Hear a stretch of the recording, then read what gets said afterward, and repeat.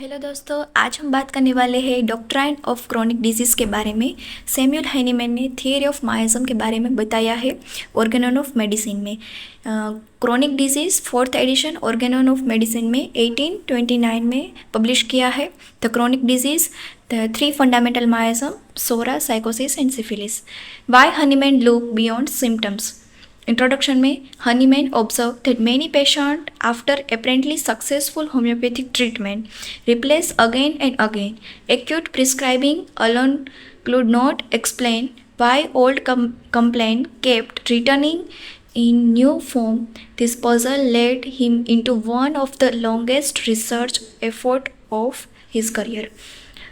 Hahnemann ने starting में जो एक्यूट केस थे उनको होम्योपैथी मेडिसिन प्रिस्क्राइब की थी तो वो इजीली क्योर हो जाते थे और रिपीट नहीं होते थे। बट कई सारे ऐसे क्रोनिक केस कंडीशन देखने को मिली कि हमने होम्योपैथी मेडिसिन को प्रिस्क्राइब किया था हनीमैन ने, बट उसका रिज़ल्ट टेम्पररी ही मिला और बाद में वो जो कंप्लेन है वो फिर से स्टार्ट होती थी। तो हनीमैन ने इसके बारे में बहुत ही रिसर्च किया कि क्रोनिक जितने भी डिजीज़ है वही क्योर क्यों नहीं हो पाते, एक्यूट जितने भी कंडीशन है वो सारी क्योर होती है। और क्रोनिक डिजीज़ ये क्रोनिक कंडीशन है जो लंबे समय से जो लोगों को तकलीफ़ होती रहती है, जो जॉइंट पेन है, डायबिटीज़ है, हाइपरटेंशन है, जो लंबे समय से वो तकलीफ़ लोगों को है, तो क्या इसका कोई क्योर है ही नहीं। हनीमैन ने इसके ऊपर बहुत ही रिसर्च किया था। उस साल जब ये केस इन्होंने देखा कि अगेन एंड अगेन जो कंप्लेन है वो रिपीट आ ही रही है, जितने भी मेडिसिन होम्योपैथी की प्रिस्क्राइब की, बट क्योर एक्यूट केस की तरह नहीं मिला। हनीमैन को ये उस टाइम पे ये पजल की तरह लगा और उन्होंने 12 साल तक इन पे रिसर्च किया है। देन आफ्टर उन्होंने देखा कि ये एक मायाज़म है जो तीन टाइप उन्होंने दिए थे। अभी करंट में आप देखेंगे तो सिर्फ 3 मायाज़म नहीं है, कई सॉल्वेंट ने, फिलोसोफर ने उस मायाज़म में 10 मायाज़म है, 9 है, 6 है, उसके अकॉर्डिंग उन्होंने, उसके रिसर्च के अकॉर्डिंग उन्होंने दिए हैं। हनीमैन ने सिर्फ 3 मायाज़म दिए थे, ठीक है। 12 years of dedicated clinical research into recurring relapsing disease, finding published in the Chronic Disease 1828, introduced formally in the 4th edition of Organon 1829. The central questions: why do chronic disease return again and again, even after symptoms disappear with treatment? Treatment के बाद जो symptoms है वो disappear हो जाते हैं, फिर से अगर कुछ महीनों के बाद, कुछ सालों के बाद वो डिजीज़ फिर से हमारी बॉडी में होता है। क्यों होता है? हनीमैन ने उसका आंसर दिया, a hidden dynamic disease force a miasm subtends chronic illness beneath the visibly symptoms. ये क्या है? एक हिडन डायनामिक डिजीज़ फोर्स है, उसको उन्होंने माइज़म बताया कि ये माइज़म है जो टेम्पररी आपका सिम्टम्स जो है वो रिलीज होम्योपैथी मेडिसिन से हो जाते हैं, रिमूव हो जाते हैं सारे सिम्टम्स और पेशेंट क्योर भी हो जाता है। बट आफ्टर सम टाइम के बाद, 6 महीने, 1 साल, 2 साल के बाद वो फिर से वो डिजीज़ आपको होता है। तो ये हिडन डायनामिक डिजीज़ माइज़म है जो उसकी वजह से होता है। ये subtends chronic illness beneath the visible symptom. Foundation of the Doctrine, 4th edition, Organon of Medicine.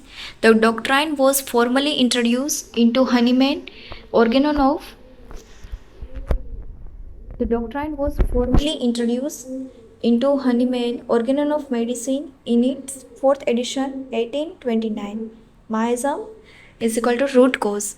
It concluded the hidden miasm, not surface symptoms, are the fundamental cause of the chronic disease. ये कोई symptoms नहीं है, ये chronic disease है। 12 years of research. Hahnemann spent 12 years study patients with a recurrent relapsing chronic complaint. Dynamic disease force. Miasm are described as a dynamic non-material disease producing force, not ordinary pathogens. Why exactly is miasm? Miasm is a fundamental dynamic infection disease causing force that disturb the vital force at a deep level, producing a chronic, progressive and involving trend of symptoms in the human constitution. माइज़म क्या है? एक fundamental dynamic है, वो infection disease है जो कोज करता है हमारे वाइटल फोर्स को डिस्टर्ब करता है डीप लेवल तक और प्रोड्यूस करता है chronic progressive symptoms in the human constitution. हमारी ह्यूमन बॉडी में वो क्रोनिक प्रोग्रेसिव जो एक्सट्रीमली डिरेंजमेंट करते हैं, डिस्ट्रक्शन करते हैं हमारी बॉडी के ऑर्गन को, वैसे सिम्टम्स प्रोड्यूस करते हैं। Dynamic not material, a disturbance of the vital force not a microbial alone, self sustaining and progressive if left untreated, inherited hereditary or acquired through infection suppression, produce a characteristic recognizable group of symptoms over time। क्या करता है, produce करते हैं वो group of symptoms over a time. Inherited substance जो है infection और suppression की वजह से होता है। जो भी हमने एलोपैथी मेडिसिन या फिर कोई और मेडिसिन हमने ली है जो सप्रेशन करती है डिजीज़ को, टेम्पररी ही रिलीफ देती है, उसकी वजह से भी हमारी बॉडी क्या है वो बार बार अगर वही डिजीज़ से सफ़र हो रही है और हम क्या उसको एक्सटर्नल एप्लीकेशन या फिर सप्रेस करने की ट्राई करते हैं, तो वो एक वाइटल ऑर्गन पे जाके एक बड़ा डिजीज़ को क्रिएट कर सकती है। Miasm versus ordinary disease. Ordinary acute disease self limiting, resolve on its own. आप सेल्फ लिमिटिंग डिजीज़ के बारे में अगर बात करें तो एग्जांपल के तौर पे अगर आपने कुछ खाना है वो ज़्यादा खा लिया, उसकी वजह से आपको पेट में दर्द हो रहा है, तो आप क्या करेंगे, आप डायरेक्ट दवा तो नहीं लेंगे, आपको एक दिन तक आपको भूखा रहना है। आप खाना नहीं खाएंगे तो दूसरे दिन आपको अच्छा फील होगा, आप क्योर हो जाएंगे, इसमें कोई मेडिसिन की आवश्यकता नहीं है। बट अगर माइasthmatic क्रोनिक डिजीज़ है, persistence involve deepen with time, उसमें आपको मेडिसिन की आवश्यकता होगी, क्योंकि वो टेम्पररी रिलीफ के बारे में या फिर ऐसे 1-2 दिन में आपको सिम्टम्स उसके नहीं मिलेंगे, इसीलिए उसको क्योर करने के लिए आपको सिमिलर सिम्टम्स मेडिसिन को प्रिस्क्राइब करना ही पड़ेगा।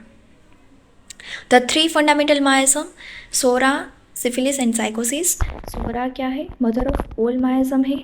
कोज अबाउट अगर 8 से 10 जो डिजीज़ है तो उसमें से 7 या 9 डिजीज़ किसके हो गए, सोरा के ही हो गए। All chronic disease, root of itching, skin and functional disorder. Syphilis क्या करता है, डिस्ट्रक्शन कर देता है, डिस्ट्रक्शन वाला माइजम है। Tends to destroy tissues structure associated with ulcer, decay and degeneration. Sycosis mean proliferation, growth होना। Drives excessive growth, warts, polyps, tumor and overgrowth tendency. Sora is the mother of all miasm, believed to originate from suppressed skin eruption, historically linked to scabies and itch। जो भी skin eruption है वो आपने suppression किया हुआ है उसका external application से या फिर कोई भी मेडिसिन लेके आपने उसको दबाने की ट्राई की है, तो क्या होगा, वो एक लेटेंट में चला जाएगा और फिर वो बाद में दूसरे माइजम में भी कन्वर्ट हो सकता है।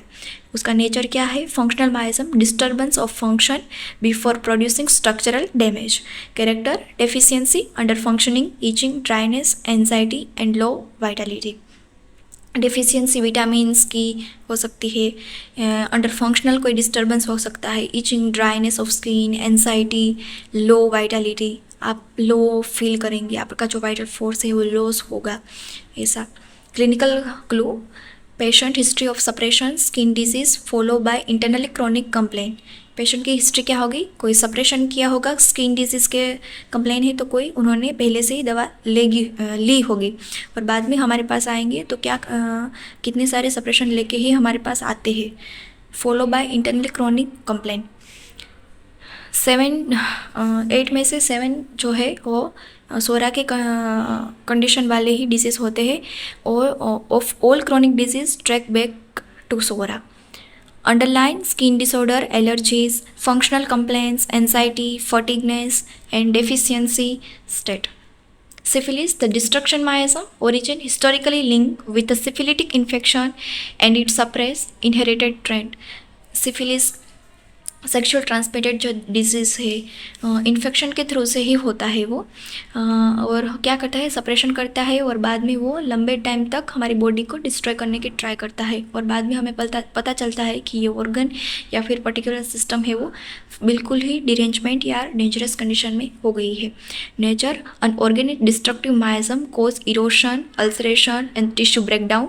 Character, night aggravation, ulceration, caries of bone, irregularity, self-destructive tendency. Clinical clue, symptoms worse at night, non-healing ulcer, family history of structural disease. Specially night में ही एग्रावेशन होगा. नॉन हीलिंग अल्सर जो बिल्कुल ही heal नहीं होते, बार बार ही ulcer हमें होते हैं body में.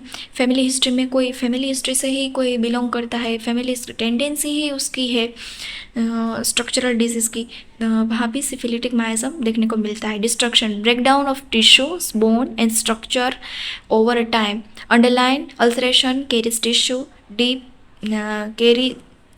caries and tissue decays, deep-seated structural and nerve disorder.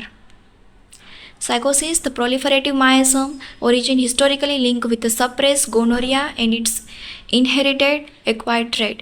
आपने जो गोनोरिया है, आपको जो गोनोरिया अगर पेशेंट को हुआ है, उन्होंने वो सप्रेस किया है, उसकी वजह से उसको क्या हुआ है, कोई नई डिसीज़ हुई है या फिर गोनोरिया ही है जो एडवांस स्टेज में आपको देखने को मिलेगा पेशेंट में, क्या होगा, उसका ग्रोथ होगा, प्रोलिफरेशन होगा. Nature, proliferative miasm produce excessive rather than destruction.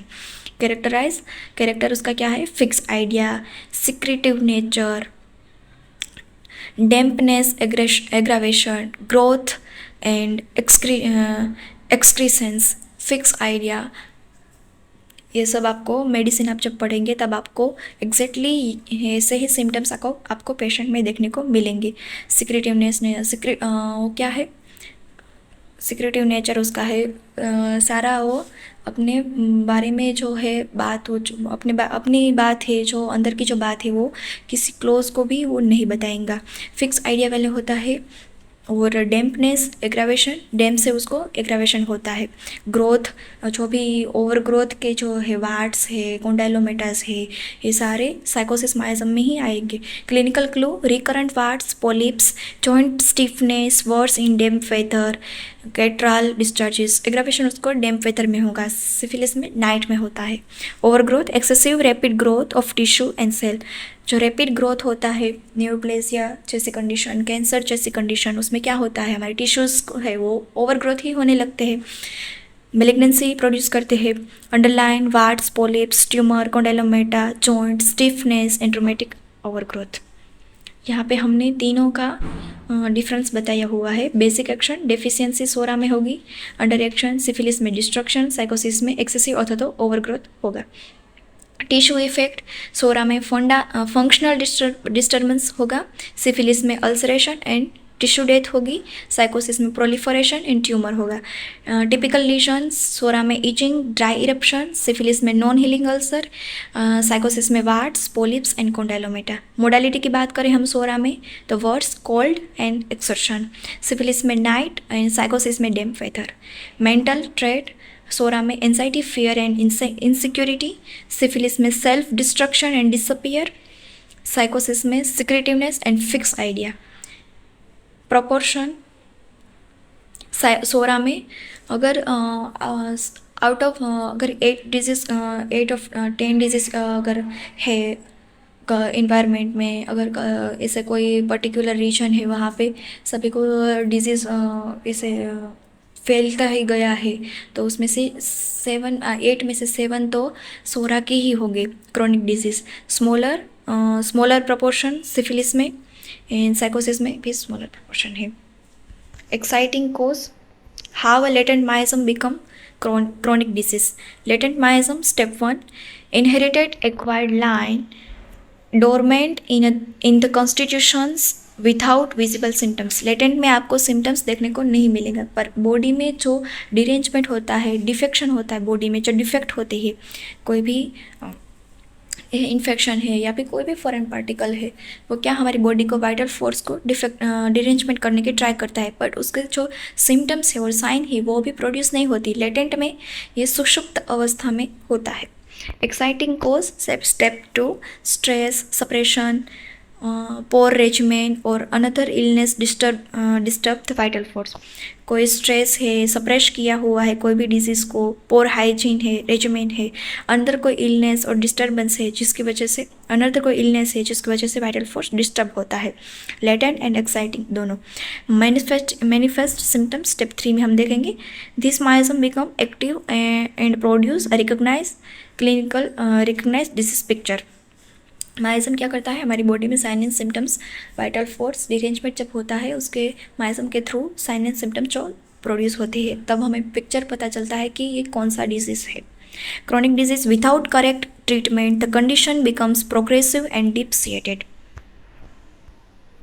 अगर आपने ट्रीटमेंट नहीं ली, स्टार्टिंग में जब आपको कुछ होता है, अगर आपको भी माइल्ड हेडेक है, माइग्रेन है, माइल्ड ही है, अभी इतना आगे इतना क्रॉनिक कंडीशन में नहीं हुआ है, तभी आपने इतनी सारी ट्रीटमेंट नहीं ली, रिकवरी होने की ट्राई नहीं की और आप ऐसे ही सप्रेशन करते गए, ऐसे स्टीरॉयड ले लिए, कोई मेडिसिन ले ली बिना प्रिस्क्रिप्शन के, ऐसे ही शॉप पे मिलती है वहाँ से अपने मेडिकल से खरीद ली और आपने कोई उसकी एडवांस ट्रीटमेंट नहीं ली, तो वही डिजीज़ आपको फिर इतने टॉक्सिक रूप में आपको देखने को मिलेगा और डीप होगा वो डिजीज़। क्योर होने में बहुत ही लंबा टाइम लग सकता है। Homeopathic principle treatment must address the underlining miasm, not merely suppress the surface symptoms produced at step 3. Core clinical principle according to Hahnemann, chronic disease cannot be permanently cured unless the underlying miasm is treated with the correct dynamic homeopathy remedy. जो भी chronic disease है वो permanent cure, अगर आपने similar medicine नहीं दी तो वो permanent cure कभी नहीं होगा। अगर आप टोटलिटी बेस पे, इंडिविजुअलिस्टिक बेस पे सिमिलर सिम्टम्स के से फाइंड आउट करेंगे मेडिसिन को, तभी आपको क्योर मिलेगा, वो भी permanently. Applying the doctrine in practice में आप किस तरह से इसको अप्लाई करेंगे। डिटेल केस टेकिंग लेने हैं, trace family history, past suppression and chronological order to complain, antimiasmatic remedy, select remedy known for deep constitutional action, matching the dominant miasm. आपको क्या करना है, माइजम को मैच करना है। जो भी आपने मटीरिया मेडिका में मेडिसिन को रीड करते हैं तो जब आपके पास पेशेंट आता है तो उसको माइजम से मैच करना है। ये फंक्शनल डिस्टर्बेंस है, ये आपके पास जो पेशेंट आया है वो ओवरग्रोथ में है, प्रोलिफरेशन है, वार्ड्स है, कोंडाइलोमेटा के पेशेंट है, या फिर डिस्ट्रक्शन में ही चला गया है, कोई गैंग्रीन है, अल्सर है, वो रिपीटेड हो रहे हैं और उसका जो टेंडेंसी वो सिफिलिटिक माइजम से मिलती जुलती है, तो उसकी तरह आपको एंटीमाइस्मेटिक रेमेडी प्रिस्क्राइब करनी है। कॉन्स्टिट्यूशनल अप्रोच से हम बात करें, treat the whole person, not the name of the disease and label. Representative antimiasmatic remedy, psora में किंग ऑफ एंटीसोरा सल्फर है, सोराइनम, सिफिलिस में मर्क्यूरिस, सिफिलिनम, साइकोसिस में थूजा एंड मेडोराइनम। यूनिवर्सिटी के questions है 10 मार्क्स के और 5 marks short note में आप लिख सकते हैं, ये आप नोट कर लीजिए। देन की पॉइंट्स ऑर्गेनन ऑफ मेडिसिन में जो क्रॉनिक डिजीज़ के बारे में 4th एडिशन में बताया गया है 1829 में। तो क्रॉनिक डिजीज़ ये पब्लिश कब हुआ था, 1828 में, और हनीमैन ने ऑर्गेनन ऑफ मेडिसिन जो एडिशन है उसमें बाद में पब्लिश किया था। ऑर्गेनल एडिशन में बाद में उसने दिया था, पहले उन्होंने पब्लिश किया था 1828 में। सोरा आपको पता ही है, 8 में से 7 सोरा के हो गए। प्रोलिफरेटिव माइजम, साइकोसिस, रिसर्च ड्यूरेशन कितने थे, हनीमैन ने कितने साल तक रिसर्च किया था, 12 year of clinical study. Mother of all miasm psora है, डिस्ट्रक्टिव माइजम सिफिलिस है, cure condition antimiasmatic, dynamic remedy required. Treatment the root cause, not just the symptoms. Doctor Samuel Hahnemann, thank you so much. आप इसी तरह हमारे channel को like कीजिए, subscribe कीजिए and अपने दोस्तों में शेयर कीजिए और इसी तरह आप स्टडी करते रहिए। Thank you so much.